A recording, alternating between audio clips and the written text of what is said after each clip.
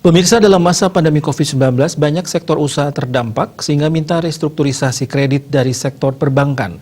Tak terkecuali Bank Perkreditan Rakyat atau BPR yang membutuhkan dukungan bank jangkar yang ditunjuk pemerintah untuk membangkitkan usaha mikro kecil dan menengah yang terdampak COVID-19.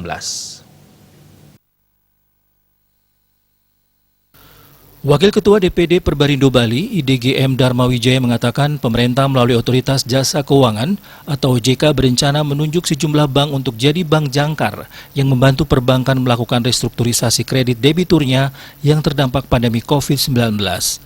Penunjukan bank jangkar atau bank pelaksana penyaluran likuiditas ini akan ditetapkan oleh OJK melalui mekanisme appraisal yang ketat. Setelah dilakukan penilaian oleh OJK, kemudian ditentukan bank yang layak menjadi bank jangkar atau bank pelaksana. Sampai saat ini tambahnya BPR hanya menunggu dan berharap banyak terhadap bank umum yang ditunjuk sebagai bank jangkar.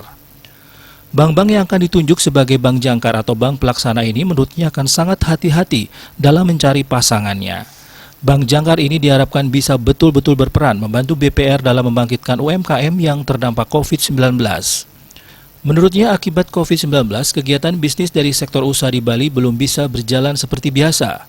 Bank jangkar yang ditunjuk pemerintah tentu bisa membantu BPR. Di samping memberikan restrukturisasi, bank jangkar diharapkan juga memberikan pinjaman modal baru bagi UMKM yang terdampak COVID-19 secara langsung.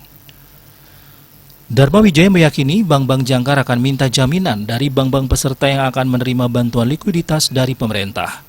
Melalui dukungan bank jangkar, BPR paling tidak berharap mendapatkan subsidi bunga untuk kredit yang disalurkan pasca COVID-19.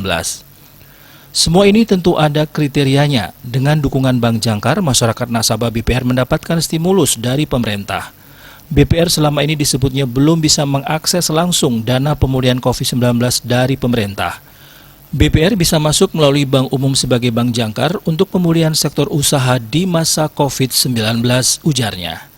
Wirnaya, Bisnis Bali melaporkan.